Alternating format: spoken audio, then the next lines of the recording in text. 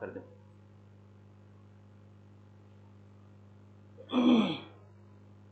नमस्कार दोस्तों, अपना टॉपिक चल रहा था अनुपात और समानुपात, और उसमें अपन ने कुछ क्वेश्चन भी किए थे।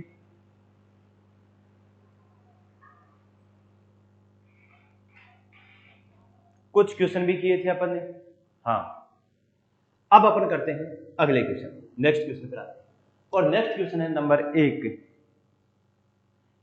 To number are in the ratio of 4:9। If both number increase by 12, the ratio becomes 11:21. The sum of original number is।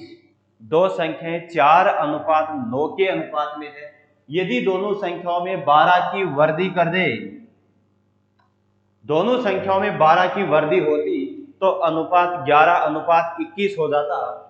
बताइए मूल संख्याओं का योग क्या है। देखिए दोस्तों, दो संख्याएं हैं, एक संख्या पहली और दूसरी संख्या का अनुपात अपने को दे रखा है 4:9। प्रत्येक संख्या में 11 की वृद्धि कर दे तो अनुपात क्या हो जाएगा, 11:21 हो जाएगा। प्रत्येक संख्या में 12 की वृद्धि कर रहे हैं, इसका मतलब समान संख्या जोड़ रहे हैं। समान संख्या जोड़ रहे हैं तो समान अंतर भी क्या होना चाहिए, अंतर भी क्या होना चाहिए, समान होना चाहिए। या तो रेशियो में अंतर समान होगा या अंतर अपन समान कर लेंगे। अंतर देखिए, इधर अपन कह रहे हैं माना कोई संख्या थी 4 और उसमें 12 या कितने यूनिट जोड़े ताकि 11 हो जाए। कितना जोड़ेंगे, 7 ही जोड़ोगे क्या, 7 और 4 11। इधर जोड़ोगे कितना, कितना होगा 12। इधर 12 इधर 7, अंतर समान नहीं है। अंतर समान करने के लिए क्या करोगे, अंतर समान करने के लिए क्या करोगे बताइए भाई। अनुपात है अपने पास 11:21, प्रत्येक संख्या में 12 जोड़ दिया।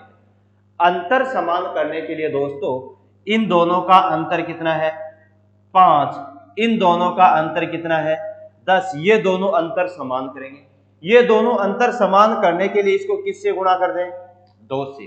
तो ये भी 10 हो गया, ये भी 10 होगा। इसको 2 से गुणा किया तो इसको भी 2 से गुणा करेंगे, इसको भी 2 से गुणा करेंगे, इसको 2 से गुणा करेंगे, ये हो जाएगा 8, ये हो जाएगा कितना 18।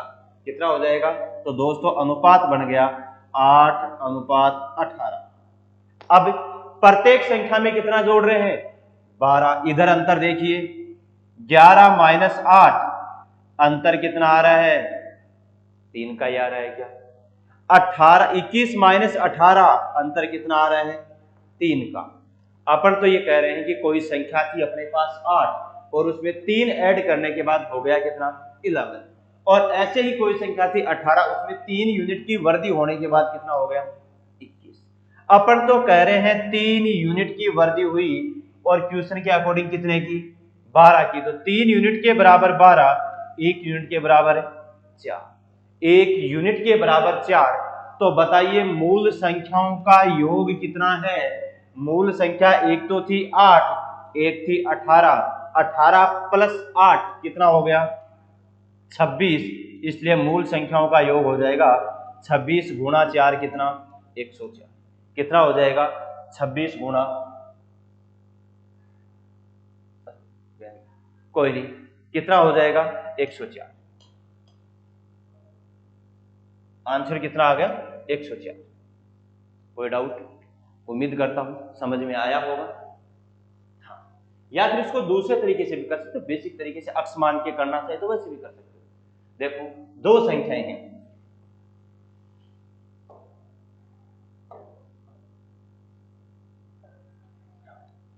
दो संख्याएं हैं,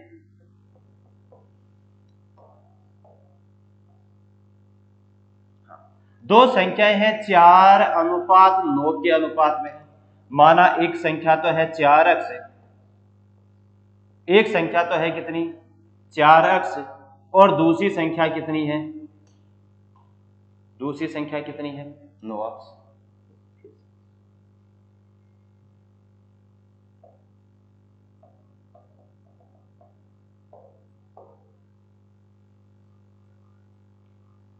माना एक संख्या तो है,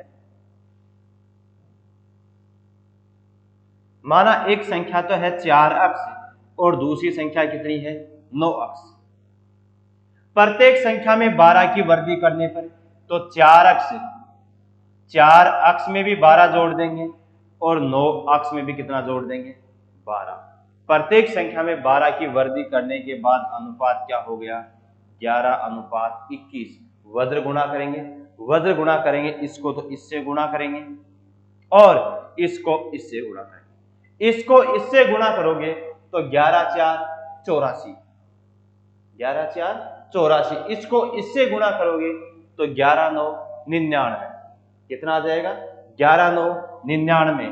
तो 99 अक्ष माइनस 21×4 = 84 बराबर, इसको इससे गुणा करोगे 12 को 12 इधर है 12 ही इधर है 21 × 12 और 11 × 12। इसका मतलब दोनों का अंतर आ जाएगा कितना 12 को मध्य लेंगे 10 आ गया कितना 120। इधर कितना बच गया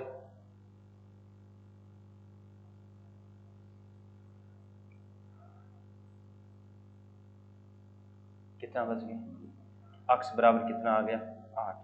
अक्ष बराबर कितना आ गया 8। उन संख्याओं के योग की बात कर रहे हैं।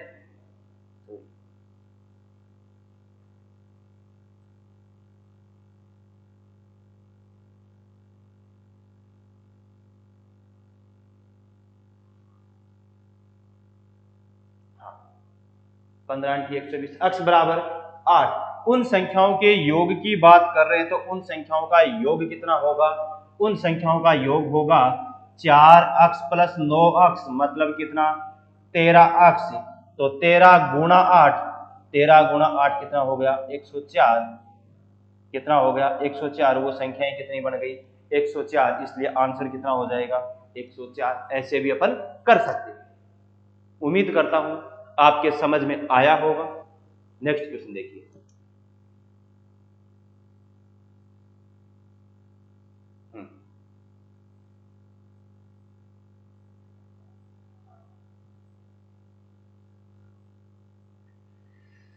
Two numbers are in the ratio of 29:20. On each them that 240, then the ratio becomes 17:11. The difference between the numbers is दो संख्याएं 29:20 के अनुपात में है। उनमें से प्रत्येक में से 420 कम करने पर अनुपात क्या हो जाएगा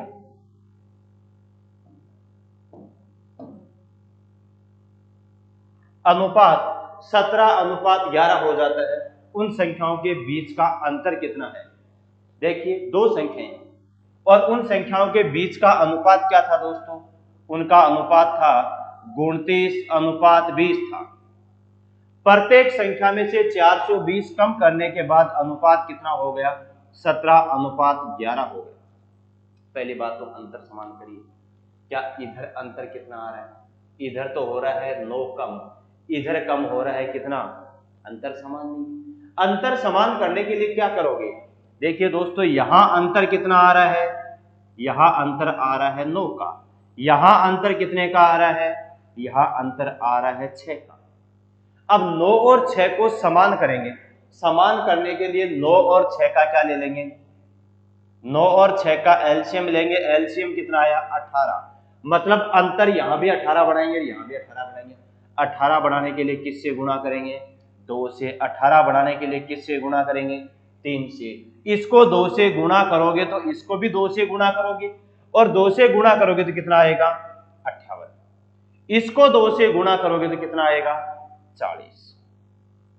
इसको 3 से गुणा करोगे तो 17 3 51, और इसको 3 से गुणा करोगे तो 11 3 33। पहले संख्या थी 58 और 40, इसलिए अनुपात ये था। फिर प्रत्येक संख्या में से 420 कम करने के बाद अनुपात ये हो गया।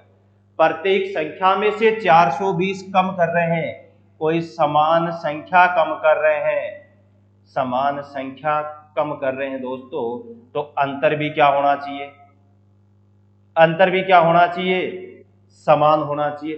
अंतर समान है ही भाई, अंतर समान करने के लिए इन दोनों का अंतर किया 9, इन दोनों का अंतर किया 6। अब इस 9 और 6 को एक समान अंतर बनाना है।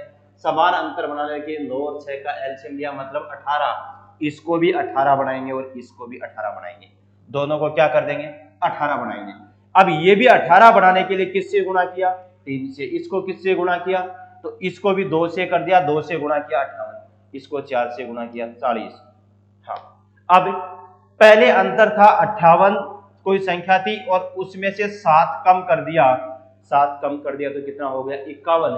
एक दूसरी संख्या थी 40, उसमें भी 7 कम कर दिया। अपन तो कह रहे हैं प्रत्येक संख्या में से 7 कम किया और क्वेश्चन के अकॉर्डिंग कितना किया, क्वेश्चन के अकॉर्डिंग कितने कम किए 420। 7 के बराबर 420 तो 1 के बराबर है 60, 1 के बराबर 60। तो बताइए संख्याओं के बीच का अंतर कितना है दोस्तों, संख्याओं के बीच का अंतर कितना है, एक संख्या 58 दूसरी 40, दोनों का अंतर कितना 18, और 18 के बराबर क्या आ जाएगा 18 गुणा 60, कितना आ जाएगा, अंतर कितना आ जाएगा, ये लिख देता हूं। तो दोनों संख्याओं के बीच का अंतर कितना आ जाएगा, इसलिए अपना आंसर क्या हो जाएगा 1080। उम्मीद करता हूं समझ में आया होगा। हाँ, अगर अपने से प्रत्येक संख्या पूछता, प्रत्येक संख्या पूछता तो 1 के बराबर 60, 1 के बराबर 60 तो दूसरी एक संख्या हो जाती 58 गुणा 60 और एक संख्या हो जाएगी कितनी 60 गुणा 40 मतलब कितना 200, और एक संख्या ही गुणा कर लेंगे मतलब एक संख्या हो जाएगी 0, 8 6 48 असल की 4, 20 और 30 और 4 34, एक संख्या तो हो जाएगी 3480 और एक संख्या हो जाएगी 2400। ऐसे पूछे तो बाकी अपना काम यही हो गया। ठीक है, उम्मीद करता हूं समझ में आया होगा। अगला क्वेश्चन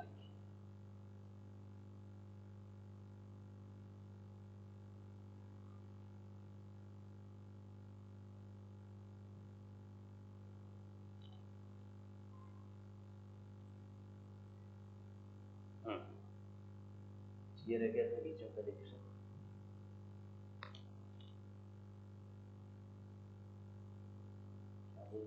चलो कोई निकल लेते हैं। चलो दो संख्याएं 3 अनुपात, कोई निकल लेते, दो संख्याएं 3 अनुपात 5 के अनुपात में है।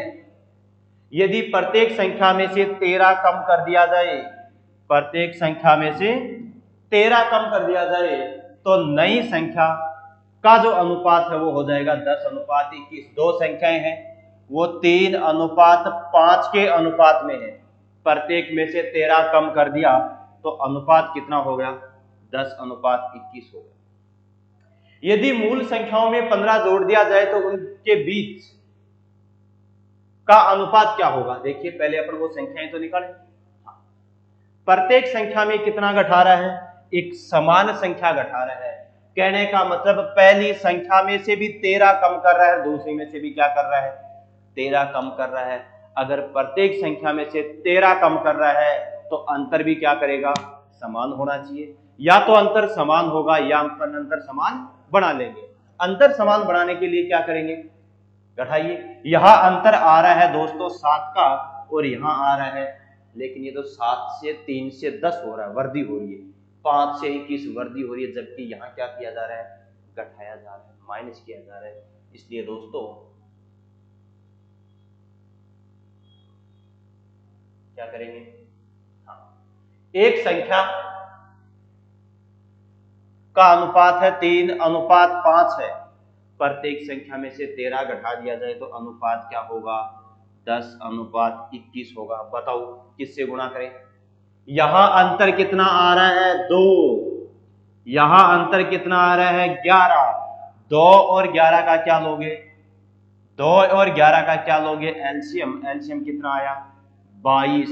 इसका मतलब यहां पर भी 22 बनाएंगे और यहां पर भी 22, ये भी 22 बन गया और ये भी 22।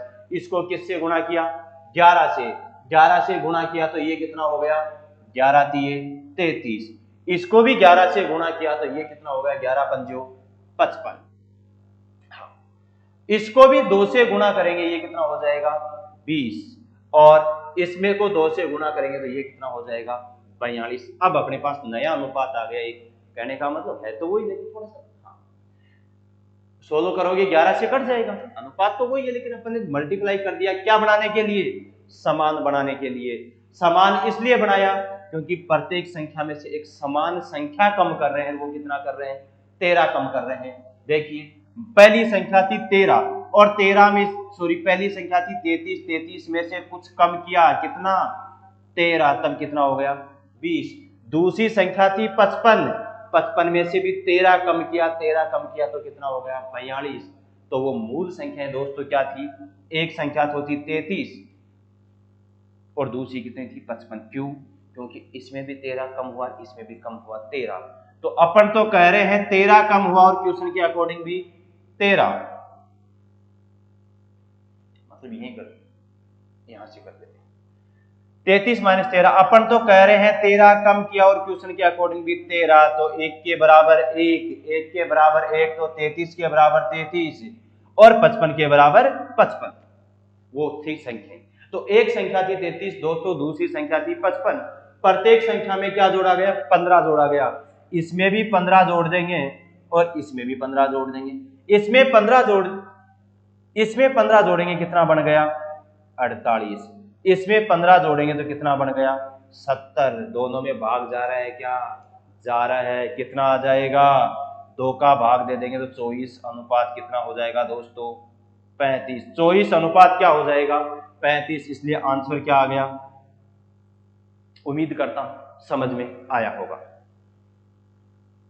अगला क्वेश्चन देखिए,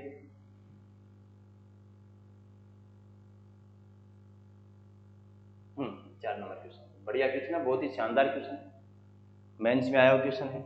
हाँ देखिए, यदि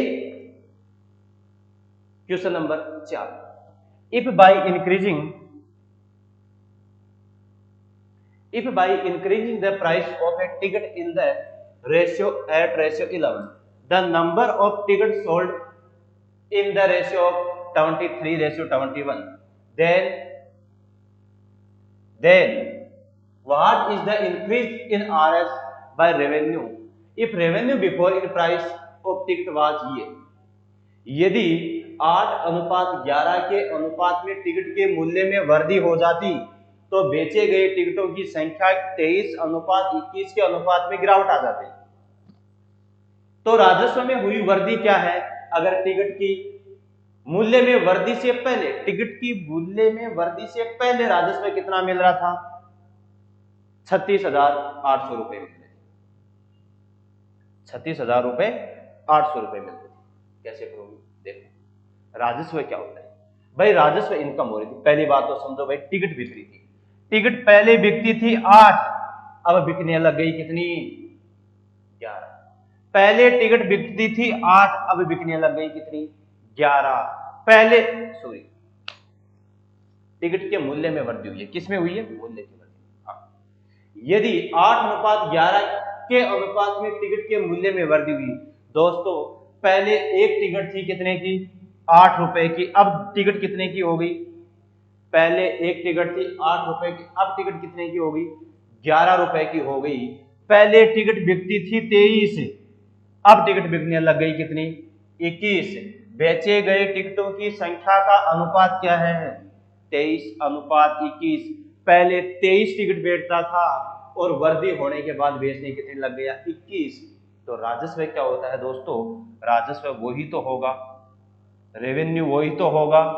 रेवेन्यू क्या होगा, प्राइस मूल्य, टिकट का मूल्य गुणा टिकटों की संख्या, नंबर ऑफ टिकट, टिकटों की संख्या, हाँ मूल्य गुणा टिकटों की संख्या, बेची गई टिकटों की संख्या।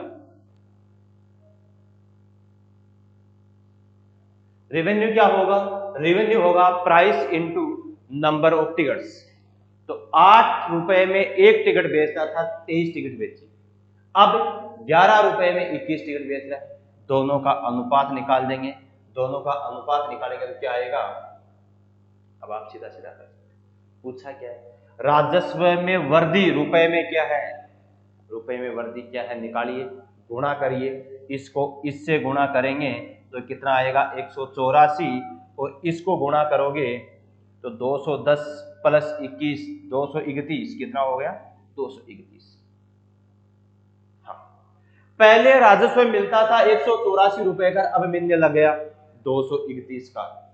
अपन तो कह रहे हैं 184 यूनिट या 184 रुपए का राजस्व मिलता था, और क्वेश्चन के अकॉर्डिंग मिल रहा है 36,800 रुपए। क्या डबल हो रहा है क्या, देखो 4 का डबल 8, 18 का डबल 36, क्या 1 के बराबर है, क्या 1 के बराबर 200 यूनिट कह सकता हूं क्या, 1 के बराबर 200 यूनिट। तो बताइए राजस्व में वृद्धि कितनी हुई, पहले राजस्व मिलता था 184 रुपए और अब मिलने लग गया 231 रुपए। कितने रुपए की वृद्धि हुई, कितने रुपए की वृद्धि हुई, 47 रुपए की। राजस्व में 47 की वृद्धि हुई, और 47 के बराबर आ जाएगा 47 गुणा 200, कितना हो जाएगा 54। राजस्व कितना मिलता है 54 रुपए। आंसर हो गया अपना ये। उम्मीद करता हूं समझ में आया होगा।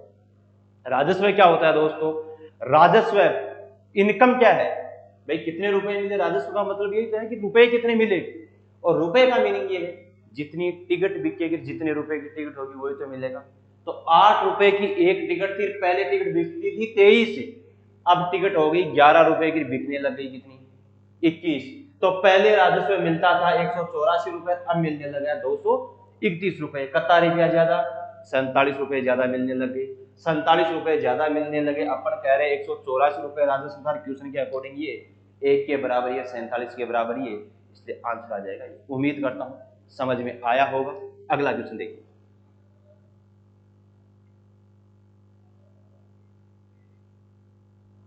हाँ सेम क्वेश्चन है।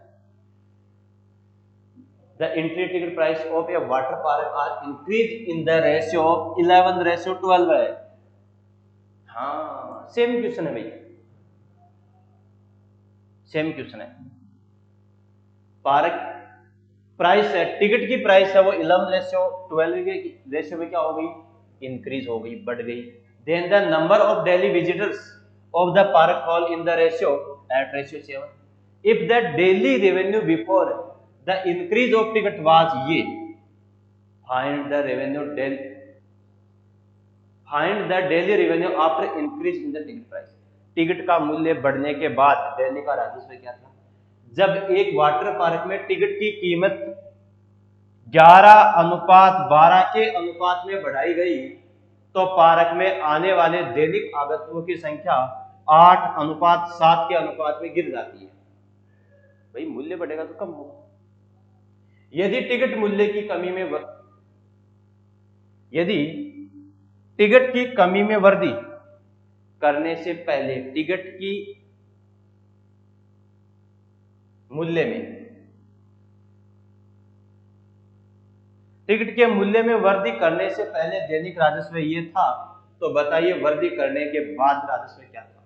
तो राजस्व तो वही होगा भाई, जितनी टिकट बेचेगा, जितने रुपए की टिकट बेचेगा वही तो होगा। तो रेवेन्यू होगा, रेवेन्यू क्या होगा, रेवेन्यू होगा number of tickets into price of tickets. हाँ तो यही देखिए अपन करते हैं भाई, पहले टिकट वो 11 किस में, 11:12 के अनुपात में टिकट का मूल्य बढ़ गया। कहने का मतलब पहले टिकट बेचता था 11 रुपए के, अब बेचने लग गया 12 रुपए की। जब टिकट महंगी हुई तो आने वाले आगंतुकों की संख्या में क्या हो गई, कमी। पहले 8 विजिटर आते थे, अब विजिटर आने लग गए 7। तो राजस्व कितना मिला, राजस्व मिला कितना, ये तो हो गया 88, और ये कितना होगा 12×7=84। पहले राजस्व मिलता था 88, अब मिलने लग गया 84, कमी हो गई। और पूछा कि यदि टिकट की कमी, यदि टिकट की मूल्य में वृद्धि करने से पहले राजस्व ये था, तो अपन तो कह रहे हैं पहले राजस्व क्या था 88 रुपए था, और क्वेश्चन के अकॉर्डिंग कितना था ये था। तो टिकट की कीमत में वृद्धि करने के बाद राजस्व क्या हुआ, वृद्धि करने के बाद राजस्व क्या था, कट रहा है क्या, कट रहा है 11 से कट रहा है या डबल हो रहा है। देखो 1 के बराबर कितना हो रहा है, क्या डबल हो रहा है, तो 84 के बराबर कितना आ जाएगा, 84 के बराबर आ जाएगा 84 गुना, या डबल कर ही देते हैं, तो राजस्व क्या हो गया 16,8 1,68,000। राजस्व क्या हो गया 1,68,000 रुपए। ये नीचे वाला चौथा ऑप्शन होगा, ऑप्शन नंबर 4। ऑप्शन कौन सा हो जाएगा, 4 नंबर ऑप्शन। ऑप्शन क्या आ जाएगा, हाँ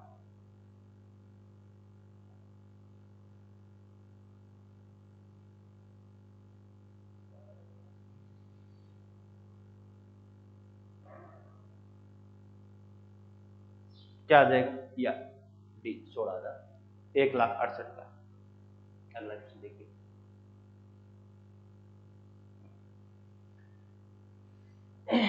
अगला क्वेश्चन देखिए, उम्मीद करता हूं पिछले वाला क्वेश्चन समझ में आया हो। अब अगला क्वेश्चन देखिए, एक वातानुकूलित एयर कंडीशन स्लीपर और साधारण के रेलवे किराए का अनुपात 4:1 में है। देखो एक तो एसी एयर कंडीशन पार्ट है, उसकी बात हो रही है, और एक कौन सा है, ऑर्डिनरी स्लीपर है। कौन सा है, ऑर्डिनरी स्लीपर है, और इनके किराया का रेशियो है वो क्या है 4:1। इसका मतलब यह एसी स्लीपर का, अगर एयर कंडीशन स्लीपर का रेंट किराया है 4 रुपए है, तो ऑर्डिनरी स्लीपर का किराया कितना है 1 रुपए है। एयर कंडीशन यात्रियों श्रेणी में यात्रियों की संख्या 3:25 के अनुपात में, एयर कंडीशन और ordinary sleeper, air condition sleeper and ordinary sleeper class are in the ratio क्या है 3:75, 3:75। इसका मतलब ये है क्या कि 3:25 के अनुपात में यात्रियों की एयर कंडीशन सेनाले श्रेणी और साधारण स्लीपर की यात्रियों की संख्या का अनुपात ये है। हाँ, तो कुल संग्रहण ये हुआ। यदि कुल संग्रहण 74,000 रुपए था तो कितना, 74,000 रुपए था, ये नहीं होगा था, तो कितना किराया एयर कंडीशन स्लीपर के लिए यात्रियों ने भुगतान किया। देखो बात सीधी सी है, थोड़ी सी क्वेश्चन की लैंग्वेज में मिस्टेक। क्वेश्चन ये है कि एक तो एयर कंडीशन स्लीपर है और एक ऑर्डिनरी स्लीपर है।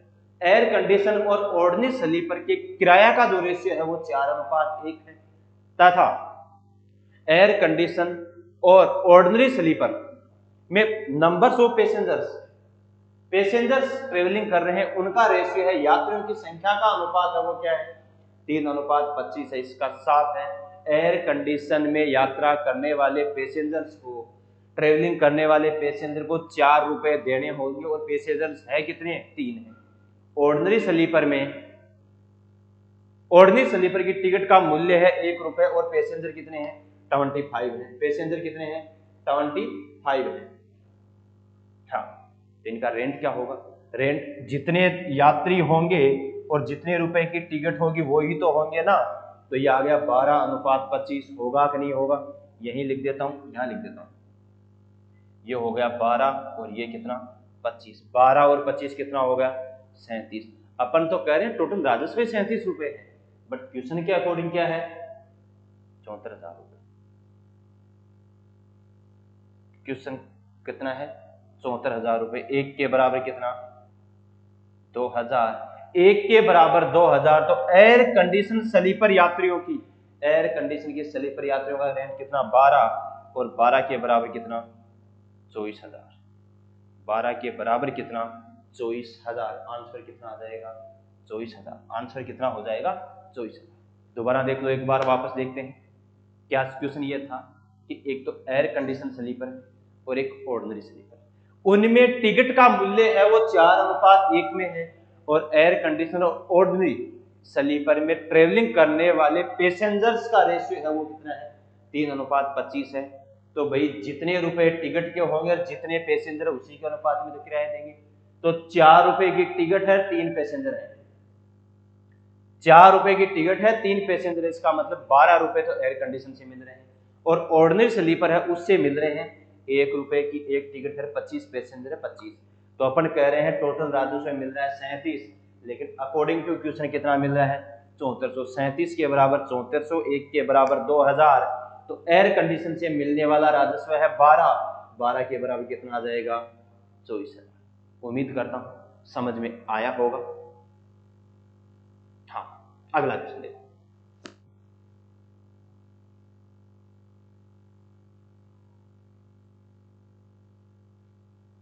शानदार क्वेश्चन, जानदार क्वेश्चन, बड़ा ही इजी क्वेश्चन है।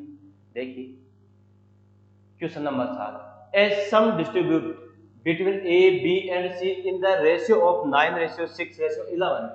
If A gives 500 rupees his share to C, then ratio of share of A, B and C becomes 4:3:6. What is the sum of ratio of B and C in the beginning? एक धनराशि A, B, C के बीच, एक धनराशि A B और सी के बीच 9:6:11 के अनुपात में बांटी जाती है। यदि ए अपने हिस्से में से 500 रुपए सी को दे देता है, 500 रुपए किसको दे देता है सी को दे देता है, तो ए बी सी के हिस्सों का अनुपात क्या हो जाता है ये हो जाता है। बताइए बी और सी के प्रारंभिक हिस्सों का योग कितना होगा। एक बात बताइए भाई, ए के पास कुछ रुपए थे और उसमें से 500 रुपए सी को दे दिए, बी ने कुछ किया क्या, बी ने तो कुछ नहीं किया, बी तो कांस्टेंट है, अपन कांस्टेंट पे ध्यान देते हैं। भाई पहले रेशियो था वो क्या था, पहले रेशियो ये था दोस्तों 9:6 कितना 11 था, 9:6 क्या था 11 था। अब ए ने 500 रुपए दिए, किसको दिए सी को दिए, देने के बाद रेशियो क्या हो गया 4:3 क्या हो गया 6 हो गए। ए ने तो दिया है कि सी को दिया, बी ने तो कुछ नहीं दिया ना, बी ने कुछ दिया क्या ना लिया बी ने ना कुछ दिया, इसका मतलब बी क्या है समान है, बी क्या है समान है। और बी समान करने के लिए इसको किससे गुणा करेंगे, बी को समान करने के लिए दोस्तों इसको 2 से गुणा करेंगे।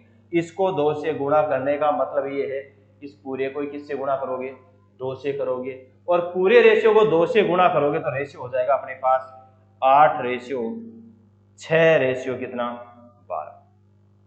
अब ए के पास पहले थे 9 रुपए, बी के पास थे 6 रुपए और सी के पास कितने थे 11 रुपए। ए के पास 9 रुपए थे, उसने अपनी राशि किसको दे दी 1 रुपया दे दिया और कितने हो गए 8 रुपए। और सी के पास 11 रुपए थे, सी के पास 1 रुपया आ गया, मतलब ए ने अपनी 1 यूनिट दे दी किसको सी को और सी ने 1 यूनिट दे दी। देखो यहां से 1 यूनिट कम हो रहा है, यहां से 1 यूनिट ज्यादा हो रहा है। इसने 500 रुपए इसको दिए तो यहां कम हो रहा है, यहां ज्यादा हो रहा है। बी क्या है, बी क्या है समान है, इसका मतलब 1 यूनिट के बराबर कितना है 500, 1 यूनिट के बराबर कितना है 500। तो बताइए बी और सी के प्रारंभिक हिस्सों का योग कितना है, बी और सी के प्रारंभिक हिस्से, बी के पास 6 थे, ए के पास 11 थे, 6 और 11 17, 17 पंजो 85, इसका मतलब कितना 8500 रुपए। आंसर क्या आ गया 85 रुपए। बाकी ये क्वेश्चन डायरेक्ट होने वाला था, कैसे होने वाला था भाई, बी और सी के बीच में डिवाइड किया तो बी और सी का रेशियो तो यही था, बी का रेशियो तो यही था ना, बी और सी 6:11, तो 6 और 11 कितने हो गए 17। क्या इसमें 17 का भाग जाता है नहीं, क्या इसमें 17 का भाग जाता है नहीं, क्या इसमें 17 का भाग जा रहा है नहीं, इसलिए आंसर क्या होगा डी। आप डायरेक्ट कर सकते थे, हाँ बिना सोल्व किए, बिना कॉपी पेन चलाए, केवल माइंड में कर सकते। हाँ, अगला क्वेश्चन देखिए।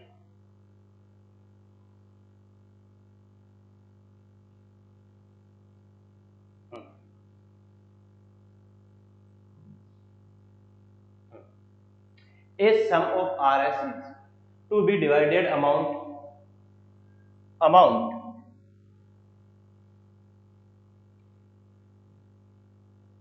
A, B and C is such a give every rupees that A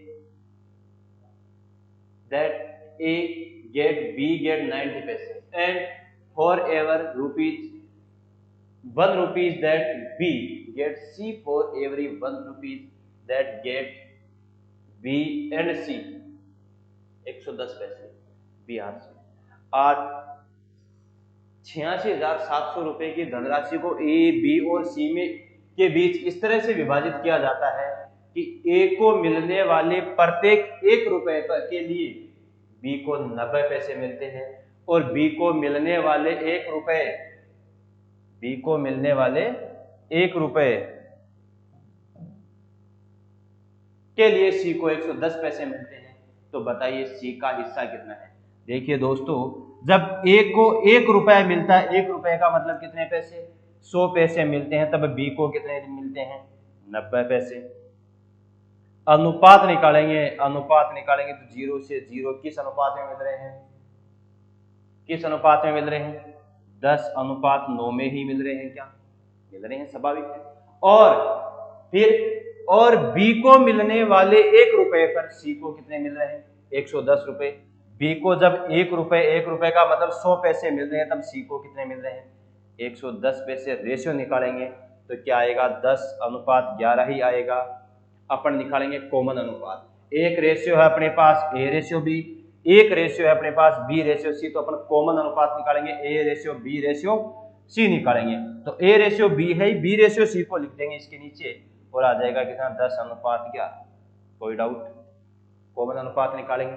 common निकालेंगे तो देखो ये 9 है, ये 10 है, समान बनाएंगे। समान बनाने के लिए इसको 10 से गुणा करेंगे, इसको 10 से गुणा करेंगे तो पूरे को 10 से गुणा कर देंगे, ये हो जाएगा 100, ये 90, ये 100, ये 90, और इसको गुणा कर देंगे पूरे को किससे, 9 से, तो ये भी 90, ये भी 90, और इसको गुणा कर दिया 9 से, तो ये कितना होगा, 99।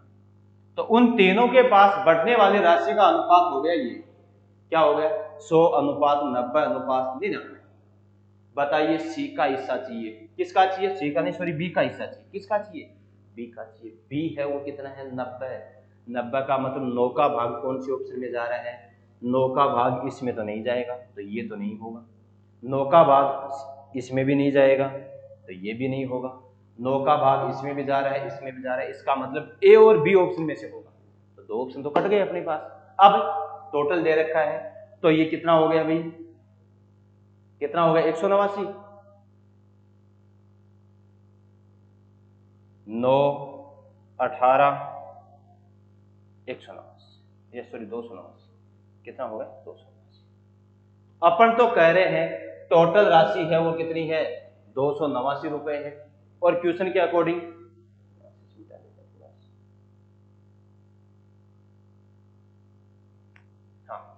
तो अपन तो कह रहे हैं टोटल राशि कितनी है, 289 रुपए है, और क्वेश्चन के अकॉर्डिंग क्या है, 86700।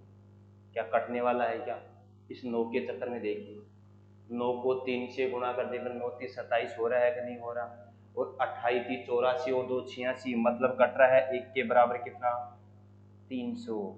1 के बराबर 300, तो बी है कितना, 90, 90 के बराबर कितना आ जाएगा, 27,000। तो बी का हिस्सा कितना है दोस्तों, 27,000। कितना है, 27। उम्मीद करता हूं समझ में आया होगा।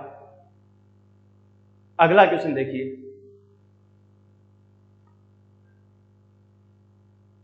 हाँ बहुत ही बढ़िया और शानदार क्वेश्चन है। RS is divided among A, B and C is such that a way that A received 4/5 the sum of B plus C. Find the amount received by C. If B received 2/11 the sum of A or C.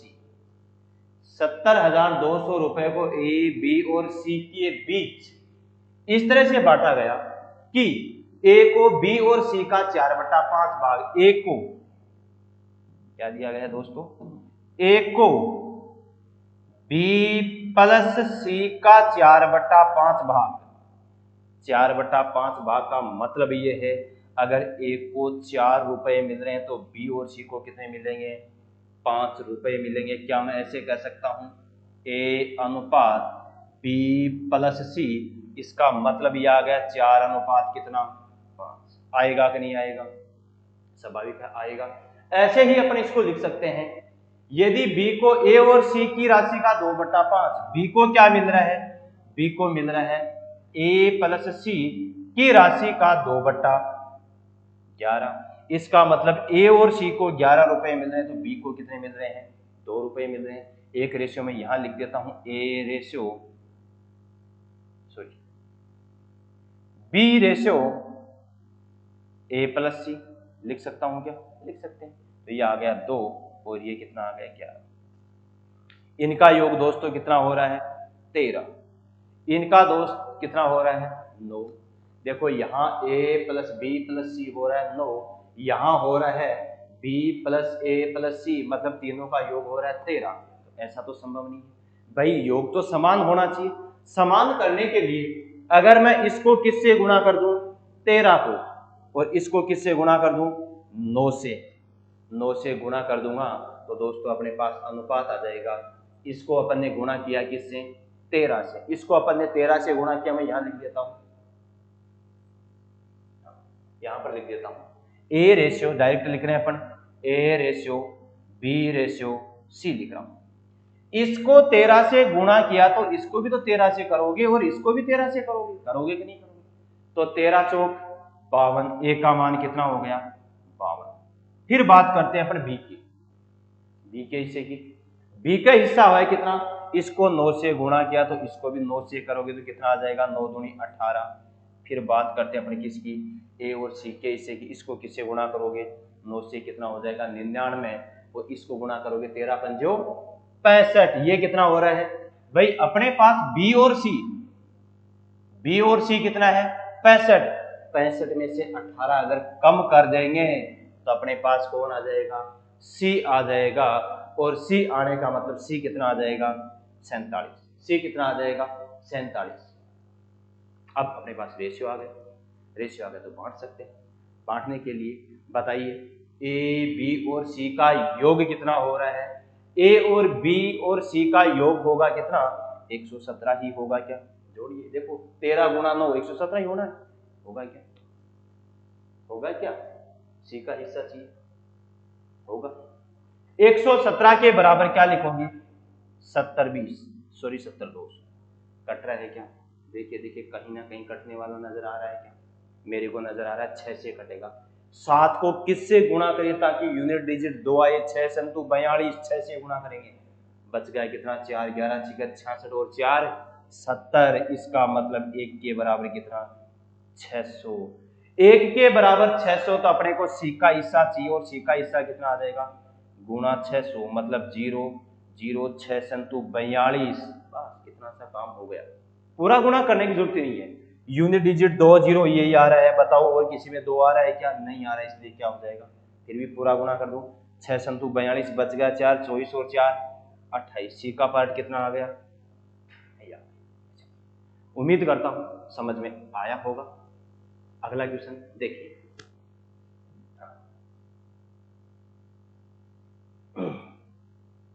बहुत ही बढ़िया question है। A man divided his property so that his son share to his wife, share to his daughter share are both as in the ratio of 5:2. If the daughter gets ये राशि less than the son, the value of rupees of ये, एक आदमी ने अपनी संपत्ति का बंटवारा इस प्रकार बंटवारा किया जाता है ताकि उसके बेटे के हिस्से और उसकी पत्नी के हिस्से, बेटा सन, उसके सन के हिस्से और उसकी वाइफ के हिस्से, तथा उसकी वाइफ और उसकी बेटी के दोनों का अनुपात क्या है? देखो दोस्तों, एक तो है सन, एक है वाइफ और एक कौन है? डॉटर। तो बेटे और वाइफ का हिस्सा है 5:2, ठीक है। और पत्नी और उसकी बेटी के हिस्से का अनुपात भी क्या है? 5:2। तो पहले तो दोस्तों अपन इसका कॉमन अनुपात निकालेंगे, और कॉमन अनुपात निकालने के लिए क्या करोगे? वाइफ वाला रेशियो है वो समान करेंगे, क्योंकि पत्नी एक है, ये रेशियो दो अलग अलग आ रहे हैं। रेशियो समान करने के लिए इसको 5 से गुणा करेंगे, इसको किससे गुणा करेंगे? 2 से। इसको 5 से गुणा किया तो इसको भी 5 से करेंगे, ये कितना? 25, ये कितना? 10। इसको 2 से गुणा किया तो दोस्तों इसको भी 2 से करेंगे और कितना आ जाएगा? 4। अब अगर बेटी को बेटे से, अगर बेटी को बेटे से, ये बेटा ये बेटी से इतने रुपए कम मिले, बेटी को 25 और बेटे को अगर 25 रुपए मिले तो बेटी को 4 रुपए मिले, कितने रुपए कम मिले? 21। अपन तो कह रहे 21 रुपए कम मिले, और क्वेश्चन के अकॉर्डिंग ये 1 के बराबर 21 से कम 21, 21 4 84, कितना? 1400। 1 के बराबर 1400, तो पूरी संपत्ति का मूल्य बताइए। और पूरी संपत्ति का मूल्य 25 और 10 35, 35 और 4 39, 39 के बराबर क्या आ जाएगा? 0 0 6, लगभग इतने में काम हो जाएगा। एक ही संख्या आ रही है, कौन सी? ये, इसलिए आंसर क्या आ जाएगा? पूरा गुणा करने की जरूरत ही नहीं, यूनिट डिजिट कितना आ जाएगा? 54। हाँ, तो पूरी संपत्ति का मूल्य कितना आ गया? 54,600 रुपए। उम्मीद करता हूं आपके समझ में आया होगा। हाँ जी दोस्तों, इसमें एक बात दी गई है, क्या? इसमें साफ साफ कहा गया है कि जो बेटे और उसकी पत्नी का अनुपात है, उसी अनुपात में उसकी पत्नी और उसकी बेटी के हिस्से को बांटा गया है। जिस अनुपात में उस बेटे को और उसकी पत्नी के हिस्से को बांटा गया है दोस्तों जी, उसी अनुपात में उस बेटी के और उसकी पत्नी का अनुपात बांटा गया है। दोनों का कॉमन अनुपात निकालेंगे, कॉमन है 25:10:4, टोटल हो गया। अंतर दे रखा है, कम रुपए मिले किससे? बेटी से बेटे, बेटी को बेटे से, बेटे को 25 रुपए मिले, बेटी को 4, कितने? अपन तो कह रहे 21 रुपए कम मिले, क्वेश्चन के अकॉर्डिंग 1 के बराबर 1400, तो पूरी संपत्ति हो गई 39 के बराबर। जी दोस्तों, उम्मीद करता हूं आपके समझ में आया होगा। अब अगला क्वेश्चन देखते हैं, 10 के बाद अगला क्वेश्चन।